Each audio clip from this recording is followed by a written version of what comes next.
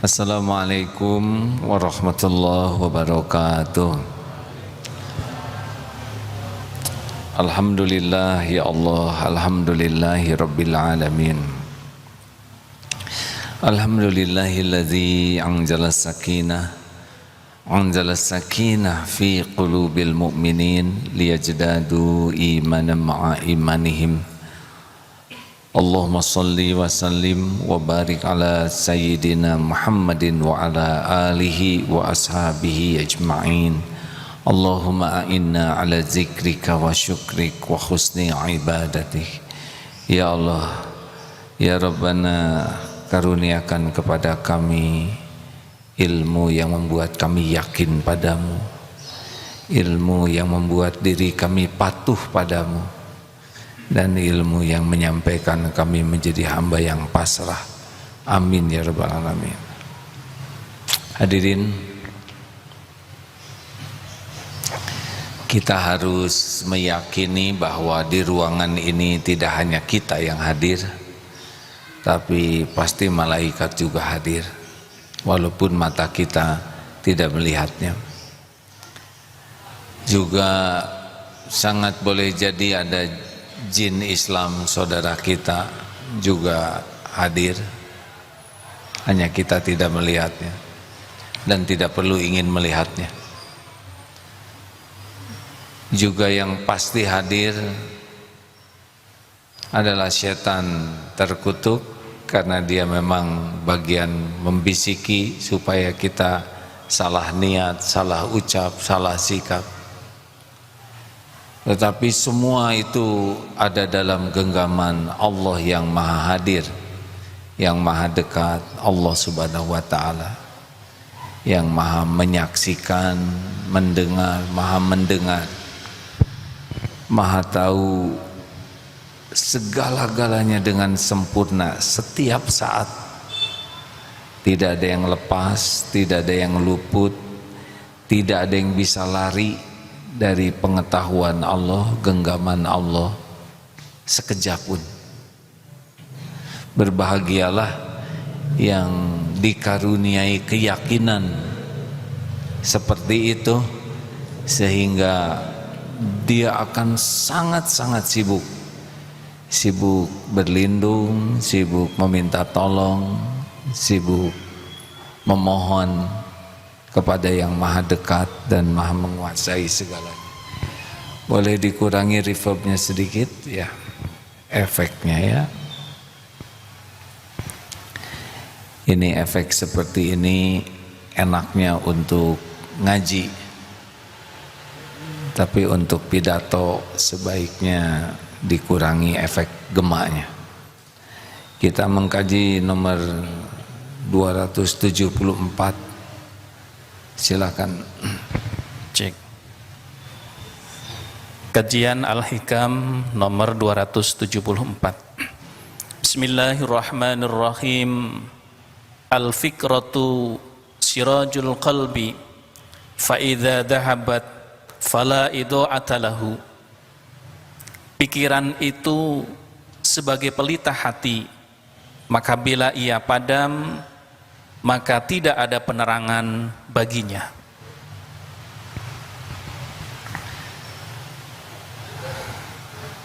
Al-fikratu sirajul qalbi.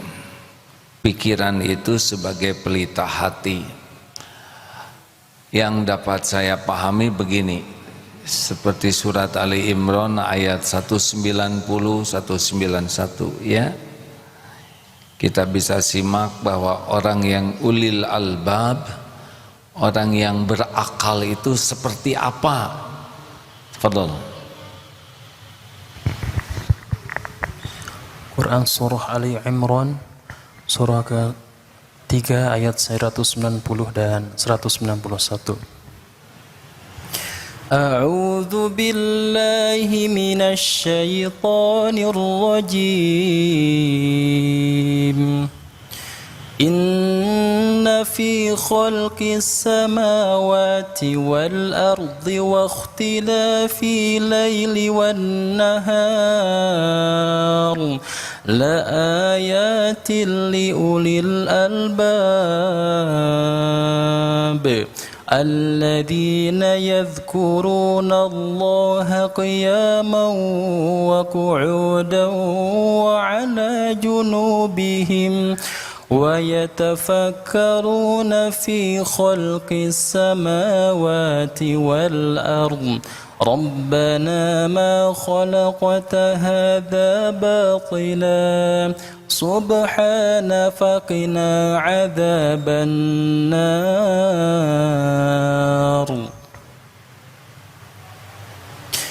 Sesungguhnya dalam penciptaan langit dan bumi dan pergantian malam dan siang terdapat tanda-tanda kebesaran Allah bagi kaum yang berakal, yaitu orang-orang yang mengingat Allah sambil berdiri, duduk, atau dalam keadaan berbaring, dan mereka memikirkan tentang penciptaan langit dan bumi seraya berkata, ya Tuhan kami, tidaklah Engkau menciptakan semua ini sia-sia. Maha suci Engkau, lindungilah kami dari azab neraka. Jadi yang paling mahal dari akal pikiran kita itu adalah menemukan ayat-ayat Allah.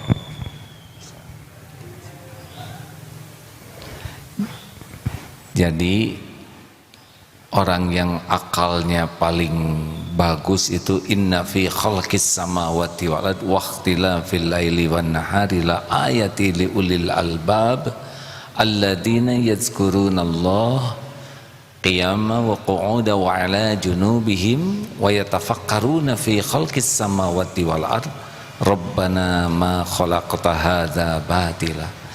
Berdiri, duduk, berbaring, tidak bisa lupa ke Allah. Berdiri, duduk, berbaring itu adalah aktivitas kita full.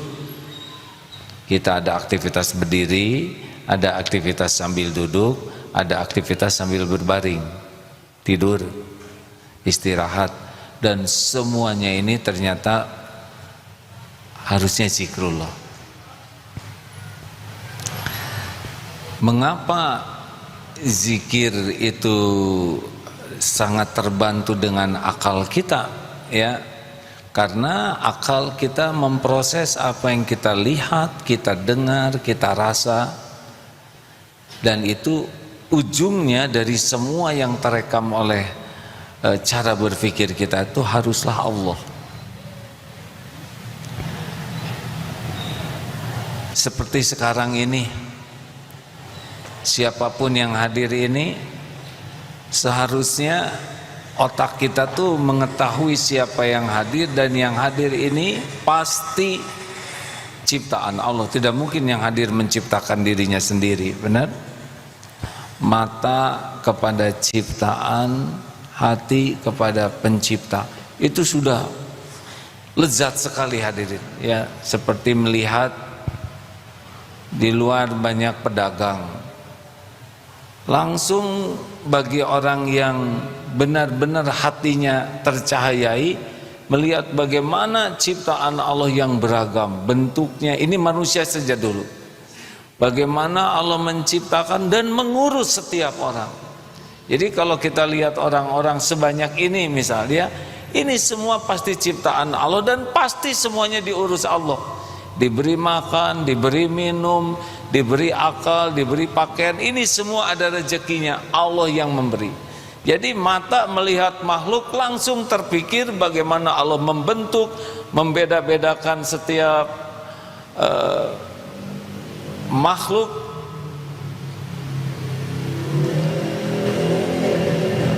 membeda-bedakan bentuk makhluk. Bahkan katanya penemuan yang terakhir ini, sekarang jual beli itu tidak harus pakai tanda tangan, pakai gesek, tapi cukup dengan wajah. Dan walaupun pakai masker, ternyata bisa terdeteksi karena begitu banyak komponen yang bisa membedakan seseorang hanya dari mata dan sekitar mata ini.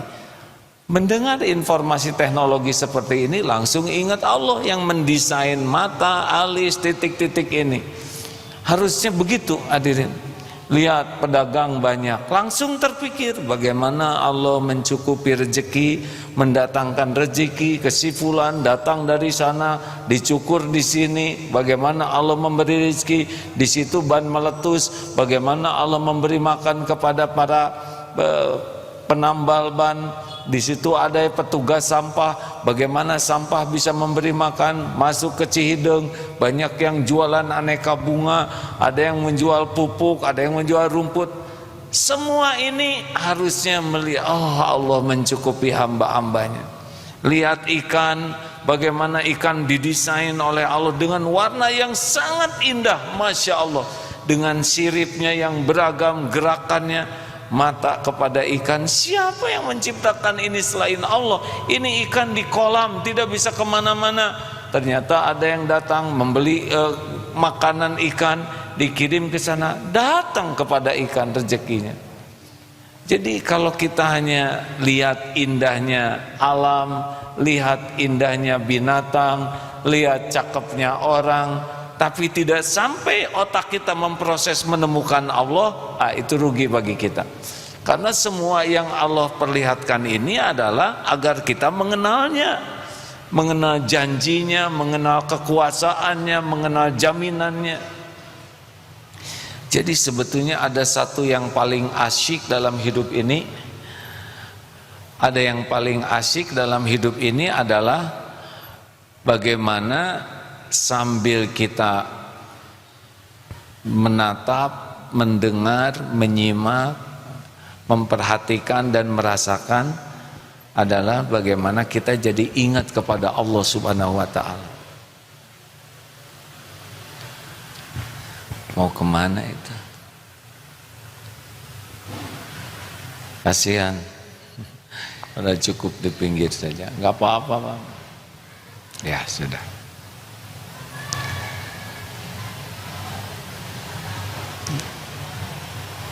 Istighfar. Astagfirullahaladzim. Jadi rekan-rekan sekalian, bagaimana sekarang kita melatih diri kalau melihat sesuatu jadi ingat Allah, itu saja intinya. Makin telat ingat ke Allahnya, maka biasanya sikap kita turun kualitasnya.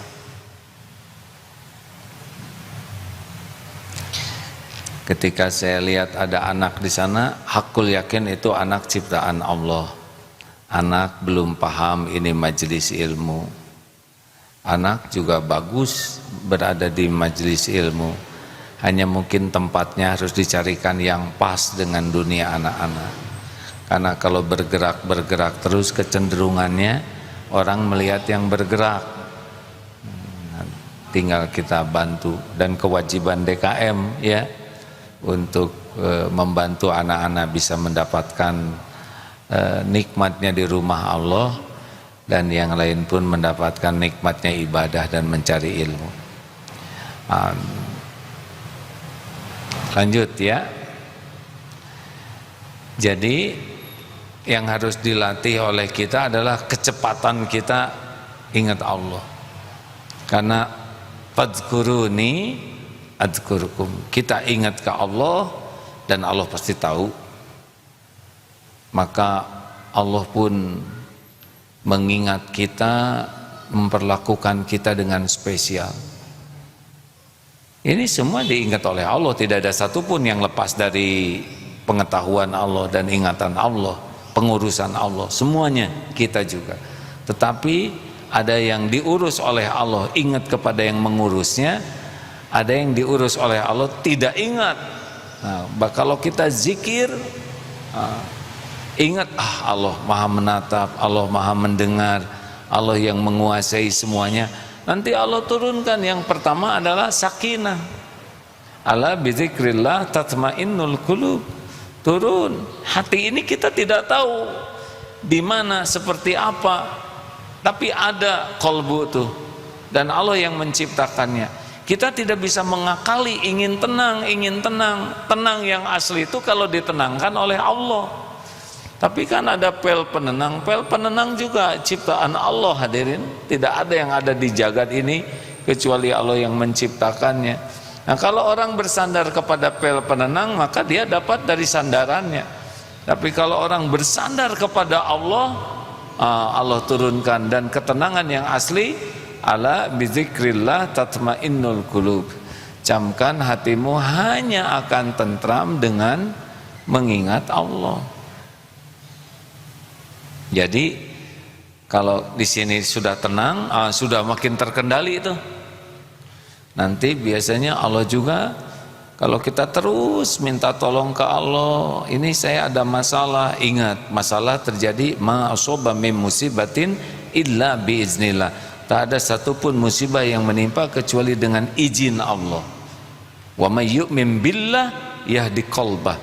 Barang siapa yang yakin kepada Allah, beriman kepada Allah, Allah memberi petunjuk di hatinya. Tuh, nanti ada hikmah dibuka, ada pikiran. Allah tahu cadangan pikiran yang ada di pikiran kita dari perjalanan hidup berpuluh tahun ini. Nanti kalau Allah buka filenya, ingat kita. Kalau tidak ditolong oleh Allah, susah ingat. Padahal ilmu begitu banyak, pengalaman begitu banyak. Allah bantu kita ingat apa yang harus kita ingat. Kalau belum ada inputnya, Allah datangkan input lewat apapun. Mungkin lewat ketemu orang yang memberikan pengalamannya. Mungkin kita sepertinya tidak sengaja buka grup dan ternyata ada tausiah yang cocok dengan yang kita perlukan. Atau mungkin kita duduk di masjid, ternyata sesudah ngobrol yang disampaikannya itu solusi. Atau membuka acara ini. Tidak ada yang kebetulan. Siapa yang takdirnya ilmu ini harus sampai, nonton dia acara ini, datang ke sini. Kalau toh ada, oh iya, sesudah menyimak, oh iya ya. Nah itu Allah tahu pertanyaan di hati kita, Allah tahu kebingungan kita, Allah tahu bahwa kita tuh harus bagaimana nih saya. Setiap pikiran orang Allah tahu, setiap kebingungan orang tahu. Bahkan ada orang yang tidak mengerti kenapa dia bingung, Allah juga tahu. Nanti Allah berikan jalan. Semua manusia adalah ciptaan Allah, milik Allah, dan bisa digerakkan oleh Allah jadi jalan ilmu. Semua kejadian dalam kekuasaan Allah. Kita bisa melirik sesuatu dan ternyata lirikan itu jadi ilmu, jadi solusi. Kita sepertinya tidak sengaja, mungkin kita jatuh, nauzubillah, tapi dengan jatuh itu kita ketemu dengan dokter dan itu bisa jadi ilmu. Betapa banyak kejadian yang mungkin tidak terbayangkan oleh kita tapi dirancang oleh Allah agar menjadi solusi, buah daripada zikrullah kita. Jadi sebetulnya masalah yang kita hadapi itu tidak ada yang bahaya aslinya. Semuanya ada dalam pengetahuan Allah secara sempurna, termasuk solusi-solusinya. Tidak ada yang tidak diketahui Allah. Innallaha bikulli syai'in alim. Yang menurut kita ini persoalan pelik sekali, itu versi kita manusia. Tapi bandingkan persoalan yang pelik itu dengan peliknya, rumitnya tubuh kita saja. Jangan tubuh, mata saja. Coba kerumitan mata ini tidak terbayangkan. Beres-beres saja hadirin, diurus oleh Allah. Makanya kalau kita merasa aduh masalah saya pelik sekali, sebetulnya bukan itu masalahnya. Masalahnya adalah satu, cita-cita dia siapa, apa. Kalau cita-citanya hanya duniawi, harta, gelar, pangkat, jabatan, posisi, kedudukan, popularitas, follower, subscriber, awet muda dan sebagainya, kalau itu ya pelik dibikin sendirilah. Kalau udah cita-citanya keridhaan Allah, ampunan Allah, pahala, husnul khotimah, ringan hisab, yang jadi cita-citanya adalah bisa masuk surga, berjumpa dengan Allah. Coba itu. Kalau sudah cita-citanya ke sana dan Allah tahu, itu persoalan udah beda. Tapi kalau pecinta dunia berat. Kalau pecinta akhirat, pecinta Allah ringan. Yang kedua, kepada siapa nih kita bersandarnya? Itu yang bikin berat ringan tuh. Kalau bersandar ke tabungan, bersandar ke orang tua, bersandar ke gaji, bersandar ke atasan, bersandar kepada pemberian orang, bersandar ke aset, bersandar ke tabungan, udah berat aja. Tapi kalau bersandar ke Allah, wa may yatawakkal 'ala Allah fahuwa hasbuh, bulat Allah lah satu-satunya yang bisa menolong saya. Hasbunallah wa ni'mal wakil, ni'mal maula wa ni'man nasir. Selain Allah la haula wala quwata illa billah. Rasakan beda pasti hatinya. Dan yang ketiga, kesibukannya apa? Kalau kesibukannya memposisikan diri orang yang layak ditolong Allah, itu beda tuh dengan memposisikan diri sibuk menyelesaikan masalah sendiri, dengan sibuk menyelesaikan masalah dengan memposisikan diri amal-amal yang layak ditolong Allah. Makanya ada yang ada masalah tuh, wow, sibuk telepon sana telepon sini. Ada yang timpa masalah, alladzina idza asabathum musibah qalu innalillahi wa inna ilaihi rajiun. Ingat, qadarullahi wa ma syaa fa'al. Ini sudah takdir Allah dan Allah berbuat apa yang dikehendakinya. Karena tidak harus tergesa-gesa, maka ambil wudu, sholat sunnah 2 rakaat, udah pakai prosedur itu. Wasta'inu bisabri wassalah. Kalau tidak emergensi harus kontak dokter dan sebagainya, ada waktu untuk sholat, sholat dulu itu. Tapi berapa banyak kita punya persoalan dan tidak sholat, tidak meluangkan dulu untuk sholat. Padahal Rasulullah SAW juga kalau kita ada hajat, dianjurkannya sempurnakan wudhu dan sholat. Ayo, kalau ada masalah, apakah kita serius mengamalkan apa yang Allah sukai, atau sibuk telepon sana telepon sini? Misal tidak sepenuhnya salah ya, harusnya kita coba. Sekali lagi, ada kalanya kita harus segera ya, tidak sempat sholat, tapi pasti sempat doa dong, karena doa sambil bergerak bisa. Jadi ketika telepon ini sambil bicara dengan yang ditelepon, jangan lupa bicara juga kepada yang menguasai yang menelepon. Jadi masa aduh gimana? Ya Allah, Allah mendengarkan percakapan ini, Allah tahu kejadian yang sebenarnya, Allah menguasai kejadian yang sedang terjadi.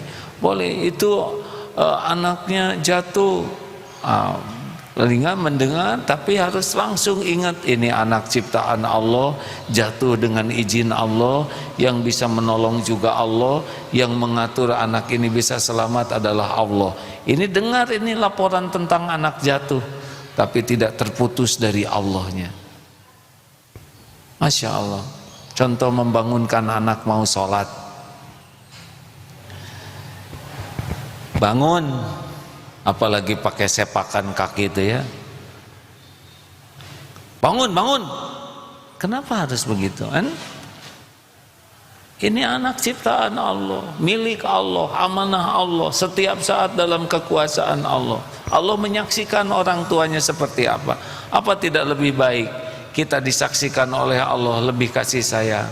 Boleh misalkan anak ini masih baru mau masuk remaja, nah bismillahirrahmanirrahim, ya Allah, hanya Engkau yang kuasa membangunkan anak ini. Belai rambutnya, bangun sayang, sudah waktunya sholat subuh. Insya Allah Allah bakal suka sama yang bangun. Tapi ke Allah, ya Allah, terimalah ya Allah, bangunkan anak ini. Ayo bangun. Allah melihat dan tidak sulit. Bandingkan dengan ngebangunin anak pakai guling, bangun, pakai bangun. Allah menyaksikan di mana kasih sayang kan? Haruskah seperti itu? Apalagi pakai kaki nyepaknya. Anak tuh mikir, ini teman saya sholatnya jelek tapi kok baik akhlaknya, ini bapak saya, ibu saya sholatnya rajin tapi sepak-sepak begini.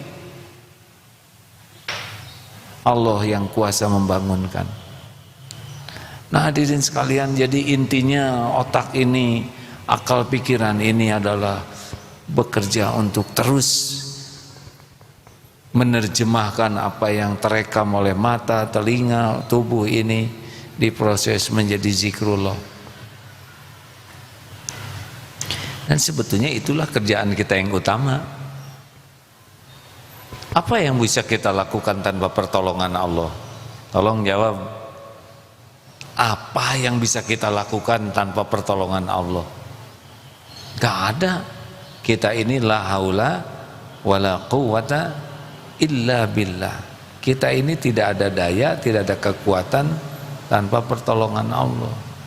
Toh banyak kita bisa berkumpul tanpa doa, orang baca berbuat tanpa doa, ya oleh Allah ditakdirkan berbuat, tetapi tidak ada nilai apa-apa. Ayolah hadirin, kita mikir menginginkan apapun harus minta ke Allah. Kita mikir takut mencemaskan apapun harus berlindung ke Allah. Karena cuma Allah lah satu-satunya pemilik, penguasa, penentu segala-galanya. Innallaha ala kulli syai'in qadir.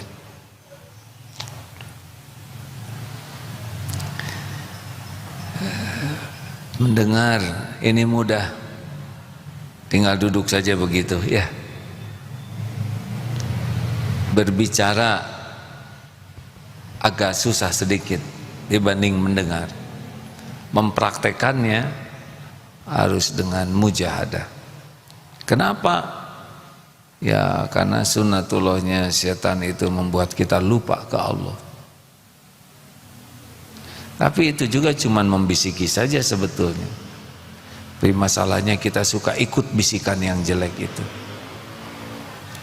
Atau gimana supaya kita tidak dibisikin setan? Biarin aja dia ngebisikin.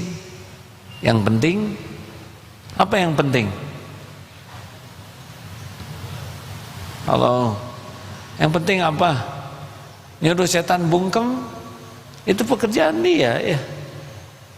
Yang paling penting kita dilindungi Allah, beres ya.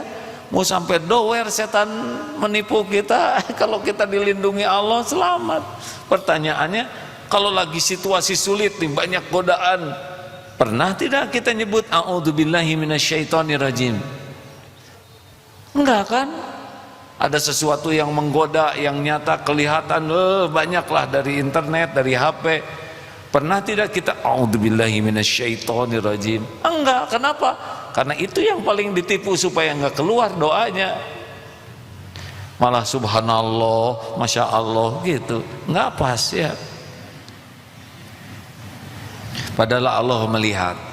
Allah melihat kita lagi lihat apa, buka situs apa. Allah tahu setiap lirikan mata kita. Allah tahu pertemuan dengan siapapun. Dan setan pasti membisiki.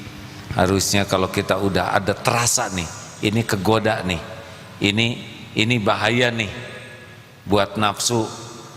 A'udzubillahi minasyaitonirrajim. A'udzubillahi minasyaitonirrajim. Pasti Allah mendengarkan orang yang berlindung kepadanya. Pasti loh hadirin. Dan Allah tahu kita berlindung kepadanya dan mudah saja kita tidak tertarik dengan tipu daya setan. Jadi itulah sebetulnya pekerjaan inti yang harusnya kita miliki, senantiasa kontak dengan Allah, senantiasa minta tolong ke Allah, berlindung ke Allah, dan nanti Allah yang mengatur hati, pikiran, lirikan, ucapan, gerakan kita. Dengan pertolongan Allah nanti kita jadi solusi. Apakah kita sendiri yang menyelesaikannya atau Allah bulak-balik orang lain menyelesaikannya? Mudah aja bagi Allah. Bisnis lagi susah, ya kita harus tahu bahwa yang menggerakkan pembeli itu adalah Allah. Oh kalau gitu kami belum dikasih rezekinya, ya tapi Allah tahu ini yang dagangnya ini benar atau enggak. ibadahnya benar tidak, husnudon tidak ke Allah, tobat tidak, bisa jadi dimampetin oleh Allah itu buah daripada kelalaiannya ke Allah. Jadi tidak cukup, memang sekarang takdirnya sedang seret ya. Padahal takdir seret itu sangat boleh jadi diundang oleh perilakunya yang layak diseretin. Halo?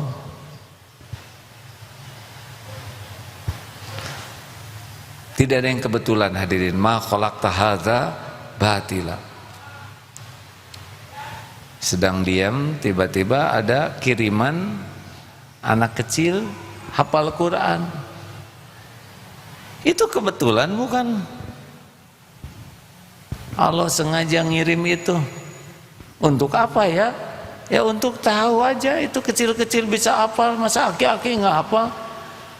Tapi aki-aki makan ingatannya beda tuh. Iya, ngeres hadirin ya. Orang hafal tidak hafal tuh dengan izin Allah. Kalau orang aki-aki tekadnya kuat dan Allah pasti tahu. Aki-aki ini nyebut aki-aki yang ngebayangin kakek-kakek, padahal saya juga kakek-kakek nih. Kakek-kakek tekadnya kuat dan yakin yang membuat hafal itu Allah, dan dia ingin menghafal, tidak ada urusan dengan status hafiz dari orang, tidak ada urusan ingin dikagumi orang sebagai hafiz, tapi urusannya dia ingin dapat syafaat dari Al-Quran. Jadi dia, aduh saya udah tua, saya belum tentu panjang umur, saya takut di akhirat tidak selamat, sedangkan Rasulullah menjanjikan Al-Quran itu menjadi syafaat. Saya ingin banyak baca karena bacaan nanti bisa meninggikan derajatnya di sorga. Tidak ada urusan dengan pujian orang, pengakuan orang. Allah pasti tahu itu. Ini orang menghafal Quran karena ingin diakui, ingin dipuji, atau ingin dekat dengan Allah. Nah itu kelihatannya yang menjadi syariat tuh. Kenapa ada kakek-kakek yang mudah hafal?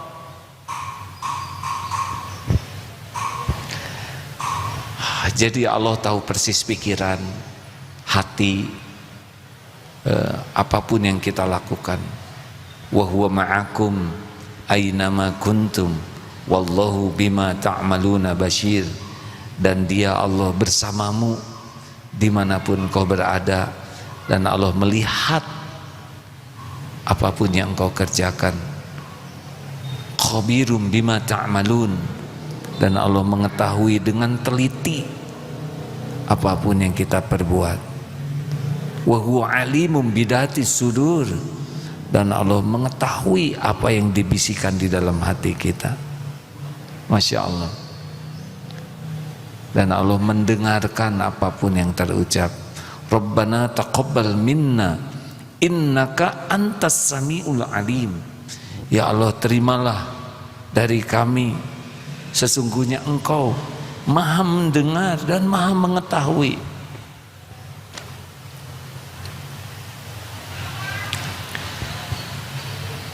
Jadi masalah terbesar kita itu adalah lupa ke Allah. Kalaupun ingat, kurang yakin, sehingga tidak keluar husnuzonnya kepada Allah. Semoga Allah menggolongkan kita menjadi ahlul yakin. Allahumma a'inna ala zikrika wa syukrik wa husni ibadatik. Allahumma inna nas'alukal huda wa tuqa wal afafa wal ghina. Allahumma inna nas'aluka imanan kamilan wa yaqinan sadiqan wa qalban khashi'an wa lisanan zakiran. Allahumma rzuqnal istiqamah ya muqallibal qulub sabbit qulubana ala dinik. Allahumma musarrifal qulub sarrif qulubana ala ta'atik. Rabbana la tuzigh qulubana ba'da idh hadaitana wa hab lana min ladunka rahmah innaka antal wahhab. Ya Allah, wahai penggenggam lahir batin kami, karuniakan kepada kami hati yang hakul yakin padamu, sehingga setiap saat hanya Engkau ya Allah yang memenuhi hati ini. Hanya Engkau ya Rabb yang membuat hati ini bahagia bersamamu. Jadikan hari-hari yang tersisa ini seluruhnya ya Allah bersamamu di jalanmu, hanya karunamu, hanya karena ingin ridhamu, hanya karena ingin bisa pulang berjumpa denganmu. Jangan biarkan duniawi ini menyilaukan kami, memperbudak dan menghinakan kami.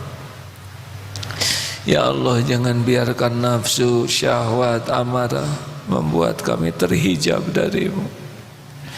Ya Rabb, titipkan kepada kami dunia yang membuat kami dekat denganmu. Ya Allah, jadikan hari-hari yang tersisa ini penuh berkah, penuh maslahat bagi hamba-hambamu. Engkau yang memberi manfaat. Pilihlah diri-diri kami menjadi bukti indahnya Islam, bukti indahnya yang beriman. Jadikan kami jalan hidayah bagi yang belum mengenalmu, jalan ilmu bagi yang masih jahil. Jadikan kami menjadi jalan ya Allah rezeki yang halal, jalan kebahagiaan. Engkaulah Maha Pemberi ya Wahhab. Namun peliharalah hati kami ya Allah agar benar-benar semuanya bersih, qalbun salim. Rabbana ighfir lana wa li ikhwanina alladhina sabaquna bil iman wa la taj'al fi qulubina ghillan lil ladzina amanu. Rabbana atina fid dunya hasanah wa fil akhirati hasanah wa qina adzabannar. Subhana rabbika rabbil izzati amma yasifun wa salamun alal mursalin walhamdulillahi rabbil alamin. Terima kasih hadirin. Latihannya adalah selalu berzikir, ya Allah, Engkau menatapku, Engkau mendengar, Engkau maha dekat. Ya Sami, ya Bashir, ya Qarib. Engkau tahu isi hatiku ya Rabb. Engkau menyaksikan. Terus dilatih sehingga dimanapun, kapanpun selalu merasa Allah sedang menatap kita. Mudah-mudahan ditolong oleh Allah menjadi ahlul yakin. Subhanakallahumma bihamdik asyhadu an la ilaha illa anta astaghfiruka wa atubu ilaik. Assalamualaikum warahmatullahi wabarakatuh.